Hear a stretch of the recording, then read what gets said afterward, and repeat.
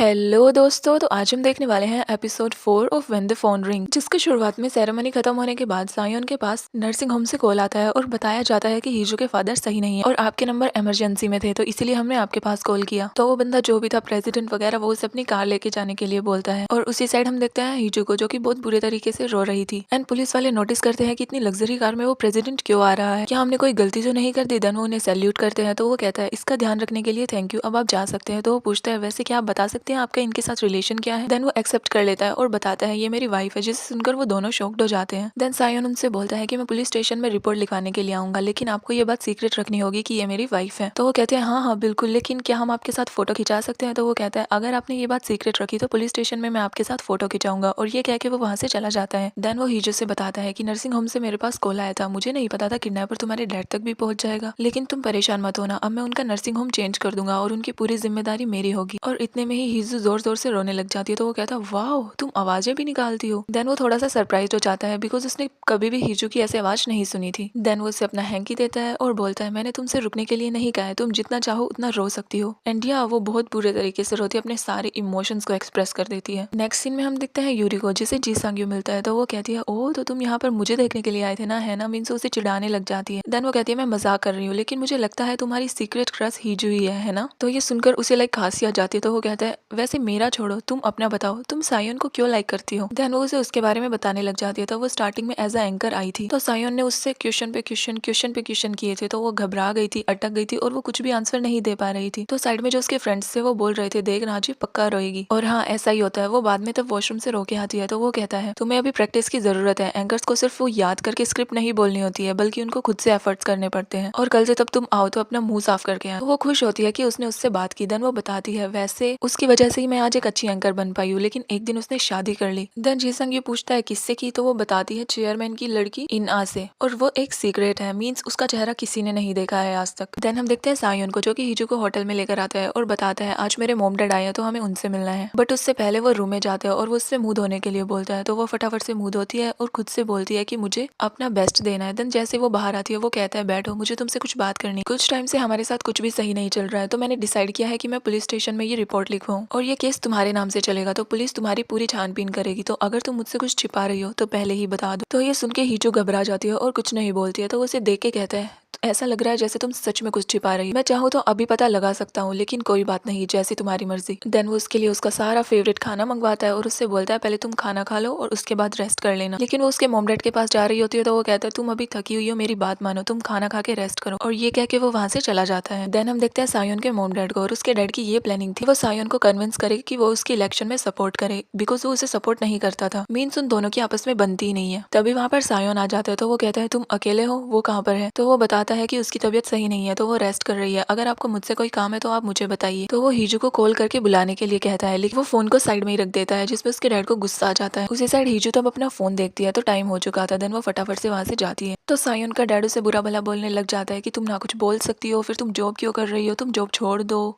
तो इस पर सायोन को गुस्सा आता है और वो कहता है आपको जो बोलना है आप मुझसे बोलिए, इसे क्यों बोल रहे हैं। देन वो फोटोग्राफर को बुलाता है जो कि सायोन के डैड ने हायर किया था सायोन की पिक्चर्स क्लिक करने के लिए, ताकि वो हेडलाइंस में ये दिखा सके कि वो दोनों आपस में मिले हैं और वो इलेक्शन में उसे सपोर्ट करने वाला है। तो सायोन को गुस्सा आ जाता है और बोलता है कि आप ये करने के लिए यहाँ पर आए हैं, और वो हीजू को अपने साथ लेकर जाने वाला होता है। उसका डैड ग्लास फेंक के मारता है तो वो उसे बचा लेता है। देन उसके और उसके डैड के बीच में बहुत लड़ाइयाँ होती हैं और यहाँ से हमें ये पता चलता है कि उनका रिलेशन कभी सही ही नहीं रहा है। देन वो हीजू को लेकर वहाँ से चला जाता है। उसके जाने के बाद उसकी मॉम कहती है तो ये था तुम्हारा प्लान। देन तब वो दोनों लिफ्ट में होते हैं तो उसका हाथ हटाने की कोशिश करती है, लेकिन वो उसे कस के पकड़ लेता है और कहता है जो मेरे मॉम डैड ने कहा प्लीज उसका बुरा मत मानना, क्योंकि ये लोग बहुत सेल्फिश हैं, और हाँ इनसे इंस्पायर होकर कभी तुम मुझे डिवोर्स मत दे देना, क्योंकि मैं नहीं चाहता कि हमारा डिवोर्स हो, प्लीज तुम इनकी बातों को दिल पर मत लेना। वो फिर से उसका हाथ छुड़वाने की कोशिश करती है, लेकिन वो उसे बहुत कस के पकड़ लेता है, लाइक छोड़ ही नहीं रहा था। देन तब वो घर पहुंच जाते हैं तो उसके पास पार्क डॉग का कॉल आता है जो कि बताता है वो टीथ की सिर्फ एनिमल के थे। देन हीजू जब अपने रूम में जाती है तो वो अपने डैड की उसी बात को याद करती है, कॉल मिसेस, और किडनैपर की उन्हीं बातों को कि तुम्हें कॉल करते ही रहना है। तो वो ये सब सोच सोच के परेशान हो चुकी थी। देन वो मोबाइल को कचरे में डालती है और तब वो उसे बाहर फेंकने जा रही होती है। तो सायोन कहता है लाओ इसे मैं फेंक कर आता हूँ, तो वो उसे नहीं दे रही होती है। वो बहुत कोशिश करता है उसे लेने की, लेकिन वो बार बार अपनी तरफ खींच लेती है। देन उसका कॉल बजता है तो वो उस कचरे को अपने साथ लेकर अंदर चली जाती है। तो उसके टीम मेंबर्स उसे ऑल द बेस्ट बोलते हैं उसके इंटरव्यू के लिए। देन उन्हें थैंक यू बोलती है इशारे में। देन कॉल कट करने के बाद सायोन कहता है मेरी तरफ से भी तुम्हें ऑल द बेस्ट। तो वो उससे कहती है क्या तुम रेडी हो कि मैं ये जॉब करूँ तुम्हारे साथ। तो वो कहता है ऑफ कोर्स मैं क्यों नहीं होऊंगा। तो क्या तुम संभाल लोगे तुम्हारे मॉम डैड को, मीडिया को, अगर उन्हें पता चला कि मैं तुम्हारी वाइफ हूँ। तो वो कहता है क्या तुम थकी नहीं हो कि सबसे ये पूछो कि तुम्हें क्या करना है और क्या नहीं। हीजू, ये तुम्हारी लाइफ है, तुम्हें जो करना है तुम वो करो। नेक्स्ट डे पार्क डोस से बताता है कि मैंने जीसंग की बहुत सारी वीडियोस देखी हैं जो कि बॉम्ब ब्लास्ट से ही रिलेटेड है। मीन्स वो सारी मिस्ट्रीज को पता लगा लेता है, तो शायद हमें उससे हेल्प ले लेनी चाहिए। और उसे लिस्ट भी मिलती है उन कैंडिडेट्स की जिनका आज इंटरव्यू था, जिसमें हीजू भी थी। नेक्स्ट सीन में इंटरव्यू स्टार्ट हो चुका था और अब बारी थी हीजू की। तो वो उसके सामने वीडियो चलाते हैं जिसे उसे साइन लैंग्वेज में कन्वर्ट करना था। तो वो फटाफट से वो कन्वर्ट किए जा रही थी। ऑल्सो वहाँ पर कैमरा भी लगा हुआ था जिससे सायोन उसे देखे जा रहा था, लेकिन वो बहुत शॉक्ड था कि ये इतनी जल्दी कैसे कर रही है। मीन्स कुछ वर्ड्स तो उसके बोलने से पहले ही उसने साइन लैंग्वेज में कन्वर्ट कर दिए थे। देन वो इंटरव्यू रूम में जाता है खुद से उसका इंटरव्यू लेने के लिए। कैंडिडेट हीजू, मैंने देखा कि तुमने मेरी वीडियो को काफी अच्छे से कन्वर्ट किया साइन लैंग्वेज में। तो वो बताती है कि हाँ, मैंने आपकी वीडियोस प्रैक्टिस कर रखी है। तो वो उसका टेस्ट करने के लिए उसकी बहुत सारी वीडियोस चलाता है और वो उन सबको बहुत अच्छे से कन्वर्ट कर देती है। और वो फिर से शॉक्ड हो जाता है एंड फाइनली उससे पूछ ही लेता है कि कुछ वर्ड्स तुम मेरे बोलने से पहले ही कन्वर्ट कर देती हो, ये कैसे पॉसिबल है। तो वो कहती है कि मैंने दिन रात आपकी वीडियोस की बहुत ज्यादा प्रैक्टिस की है, क्योंकि पहले मैं गवर्नमेंट के लिए काम करना चाहती थी। तो वो कहता है ओह, तो तुमने दिन रात इनकी ही प्रैक्टिस क्यों की। तो वो बताती है कि उस टाइम पे मैं क्रेजी थी। ऑल्सो मैंने आपके लिप्स को और टंग कैसे टच करती है इन सबको काफी अच्छे से स्टडी किया है। तो ये सुन के वो और भी सरप्राइज हो जाता है और बोलता है अच्छा, तो अगर मैं तुमसे जो भी कहूँ तुम उसे हाथों हाथ साइन लैंग्वेज में कन्वर्ट कर सकती हो। तो वो बोलती है हाँ। तो वो कहता है ओके, तो रेडी हो जाओ। देन वो उससे कुछ बोल रहा होता है लाइक कपल के बारे में, कि दो कपल ऐसे हैं जो कि एक नॉर्मल कपल की तरह नहीं रह पा रहे हैं, इनमें उनकी क्या गलती है, क्या वो एक नॉर्मल कपल की तरह नहीं रह सकते हैं जैसे सब रहते हैं। और ऐसा लग रहा था लाइक वो अपने दिल की बात बोल रहा हो और हीजू फटाफट से उन सबको कन्वर्ट कर रही होती है। एंड या वो सेटिस्फाइड होता है कि उसने उसकी सारी बातों को कन्वर्ट किया। देन वो उससे पूछता है ये तो सही है कि तुम्हें साइन लैंग्वेज आती है, लेकिन अगर तुम्हें हमारे साथ कम्युनिकेट करना होगा तो तुम कैसे करोगी। तो वो कहती है कि साइन लैंग्वेज इतनी भी हार्ड नहीं है, मैं आपको सिखा सकती हूँ। तो इस बात से वो और भी सरप्राइज हो जाता है कि ये सिखाना भी चाहती है। एंड या देन वो इंटरव्यू खत्म करता है और वहां से चला जाता है और बोलता है हीजू तुम क्या हो।